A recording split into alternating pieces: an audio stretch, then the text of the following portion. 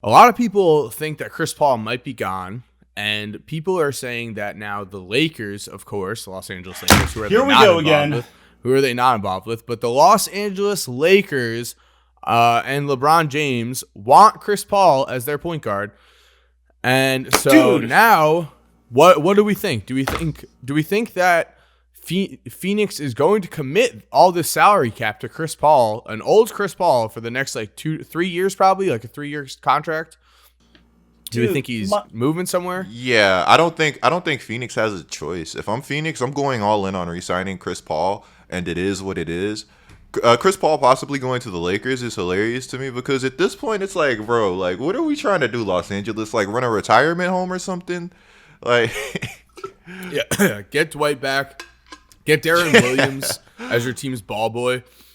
What's up with Mike Korzemba and thinking everyone's going to the Lakers, bro? I know you're a Lakers bandwagon and you love the Los Angeles Dude, those Lakers jersey swap videos just hit.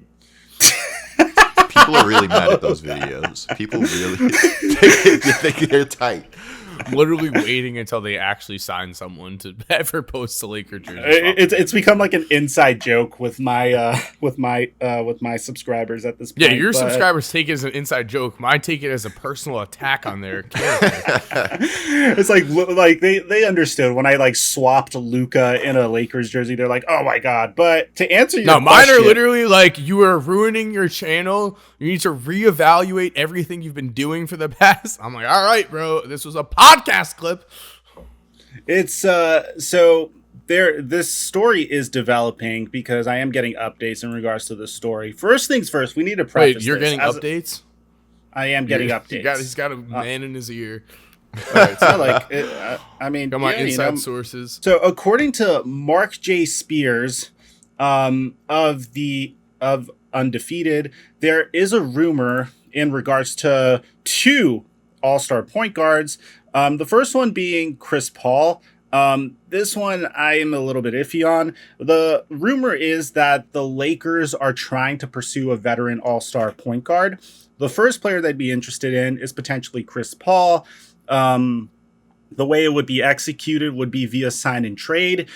And Spears added that for Chris Paul to join forces with LeBron James for the first time in their careers, it would likely take a sign and trade with the Suns, though he noted that if the veteran guard does opt out, he'll likely sign a longer deal with Phoenix. So that's part 1, and I think we should react to that before we get to part 2, which pertains to Russell Westbrook. Yeah, so guys, we are capping off the giveaway to the first 40,000 subscribers that turn on our notifications for the Laced Up podcast. All you have to do to enter for a chance to win a PlayStation 5 or an Xbox Series X is subscribe, hit that notification bell. If you want to do us a favor, leave a like on the pod and let me know in the comment section down below when it's done. You'll enter for a chance to win a PlayStation 5 or an Xbox Series X. So what do you guys think of this rumor?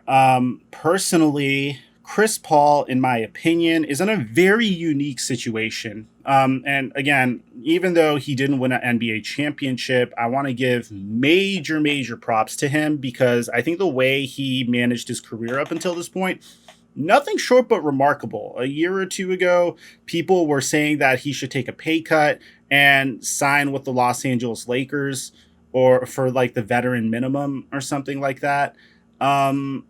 I think the fact that he's in a situation where he's either going to opt in with a team that he went to the NBA Finals with and make $44 million, or probably opt out and potentially sign a 3-year, $100 million contract that's going to take him until that would take him till his age 39 season, is pretty insane. I don't think I've ever heard of a player do something of that nature. But Go ahead. I honestly think Chris Paul is like at the point where why settle for 3 years?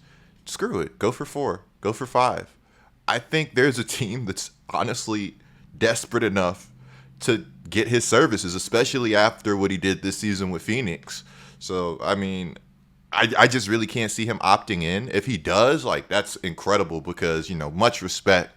Obviously, if he opts in, he really has bonded with that Phoenix team. Phoenix means a lot to him. He feels like they could continue to do damage.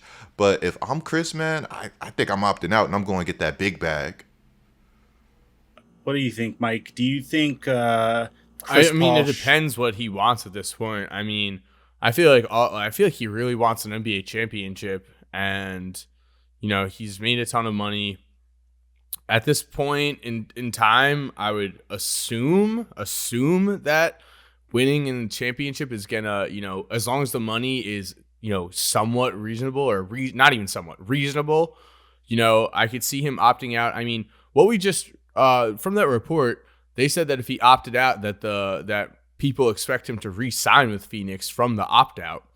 So I guess we'll see, but I could see him sticking around in Phoenix. I could see him going with the Lakers. I could see either happening because if I'm Chris Paul, I'm going with what team I think I have the best chance to win a championship on. And I think with the Phoenix Suns, a lot more is expected of Chris Paul than what would be expected with him on the Lakers. Like, you would have LeBron, you'd have Anthony Davis, and then you'd have Chris Paul. Like, no one, like when Chris Paul was, struggling, faltering during this series, like a lot of the weight came down on him because he was expected to be one of the two all-stars on the team along with Devin Booker.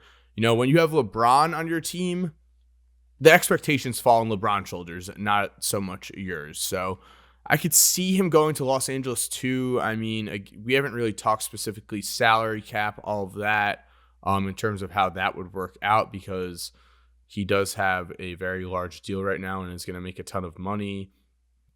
So we'll see.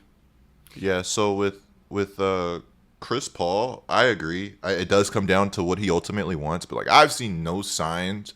He's shown me no signs, at least, of like being willing to take a pay cut. I thought if he was willing to take one, it would have happened like maybe in one of these past years. But I guess there is that possibility that he really messes with the Suns or really wants that championship. But for me, I'd have to see Chris take one to like believe it.